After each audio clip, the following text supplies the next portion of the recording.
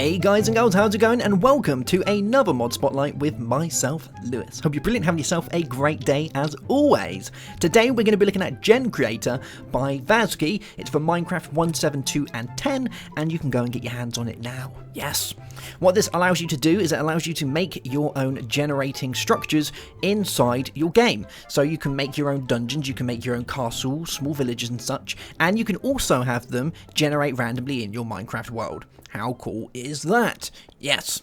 So let me explain how all of this works. So I've made this little castle here. It's very quaint, it's very small, but it's going to do the trick for demonstration purposes. Yes. If we have a look inside here, we have some chests, and we have a few little areas, nooks and crannies to be exploring. Cool beans.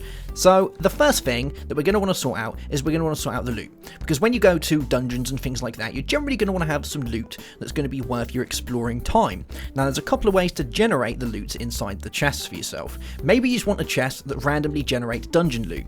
Well, to do that, you'd place down a chest, you'd get yourself a piece of paper, and on that piece of paper in an anvil, you'd change the name to random in uppercase with some square brackets around it. And what that will do is when this chest generates inside your world, it will have random dungeon loot inside it. So nice and easy there. But what happens if we wanted it to specifically have a certain item in there? Maybe it was a really big dungeon and we wanted to say at the end of it, you'll get yourself this one thing, this awesome one thing.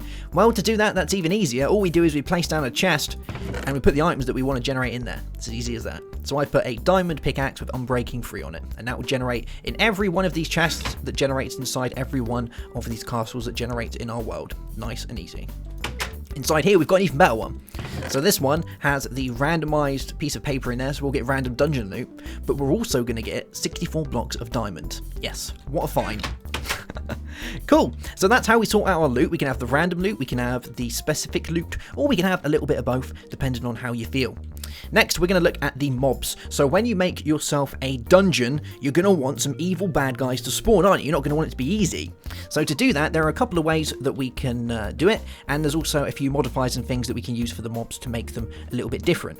So the first one in here we have is a chest, and inside this chest we have some items.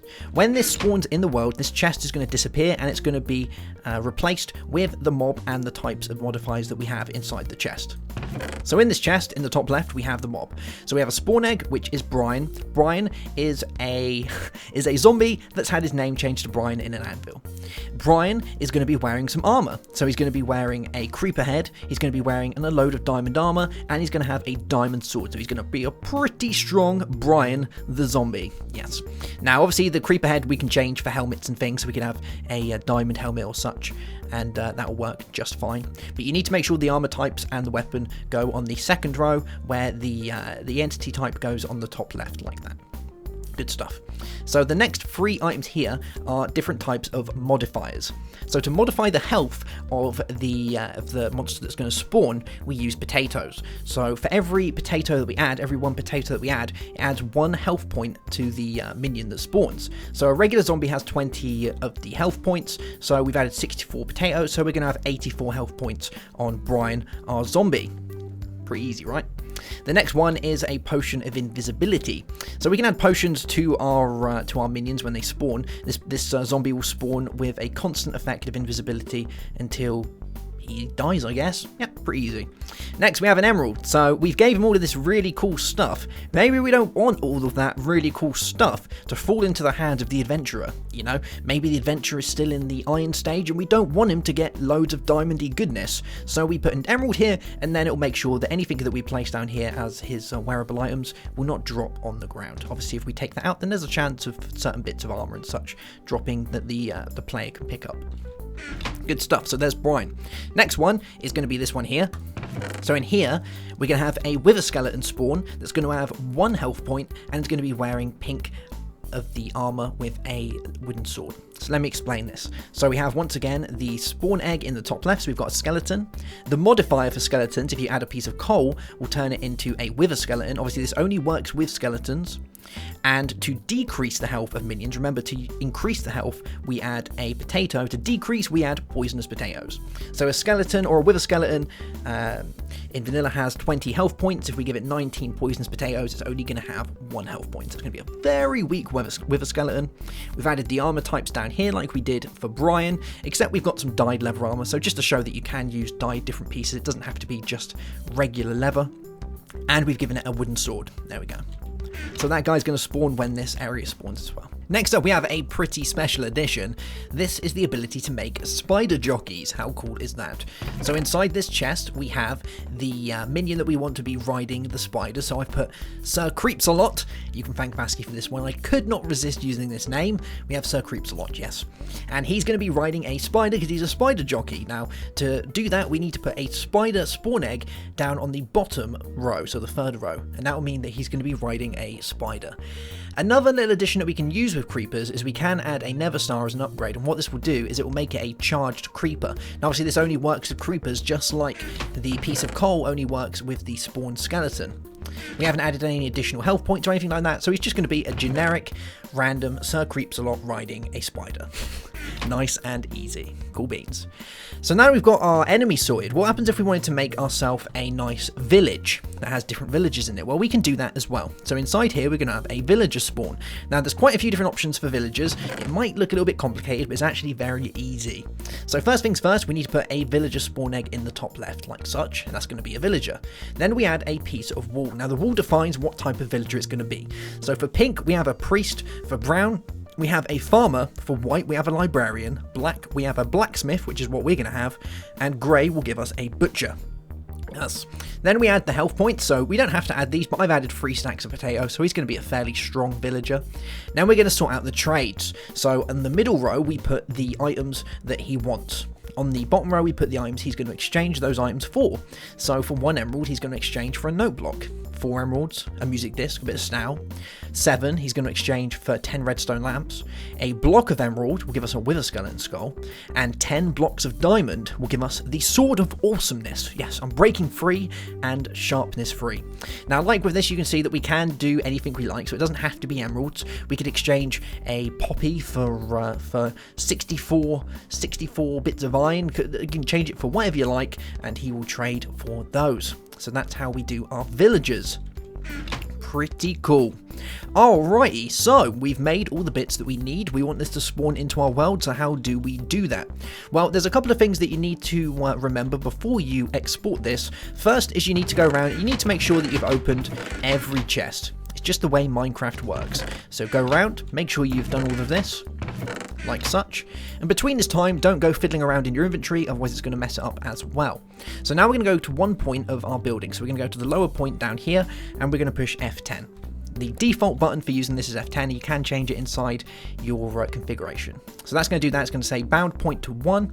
And if we've messed this up, then we can push Control and F10 to unbind it. But that's done. So now we're going to place and go around this side, and we're going to select this point of the building. So we'll do the same, push F10 on this block here, bam, and you can now see that the whole building has this wire frame around it, showing you that this is highlighted and this is what's going to be generated in your world. Now it says press F10 again to create the structure, so let's push F10 again, bam, and now we have this little GUI here. You can see a little 3D model of our building that we want to generate spinning around down here. If we push Control on it, it's going to pause it, so we can stop it at a certain point if there's something we notice that isn't a little bit right, and we can go back in and we can change it around. We have the radius, diameter, all that sort of stuff down here, and here we have a few options. So we're going to name this one, let's name it Castle 9001. Yeah. Now we need to select the biome that we want to spawn in, so we have to do this. It says down here you need to pick one biome at least. Over here we have the different types of biomes. We're going to pick a desert biome as we put the sand around the bottom to kind of mix it a little bit nicely. The rarity at the minute is currently set to 20. This is fairly common, so you're going to want to probably raise this if you have big structures like this.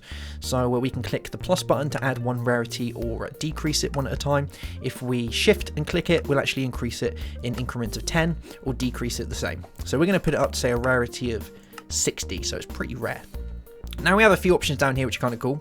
So randomized stone bricks is used for when you create type of strongholds, dungeons and such, because they don't look pristine, do they? They normally have the stone bricks that are cracked and mossy and regular and such to give it that awesome look. Ours is quite flush and pristine. So we're going to change that. We're going to select this so it looks like a kind of cracked, broken down old castle. I think it would look quite cool. And then we have ignore airspaces. We're going to leave this because we don't want to ignore the airspaces. So we've done all of this. We've set it up. We've checked all of our loot. We've gone through. We've opened all the chests at least once. We haven't gone into our inventory. We are pretty much set for exporting our building. So we'll click create. There we go. You'll see all this stuff down the bottom, all this gobbledygook. So initializing MBT, writing block.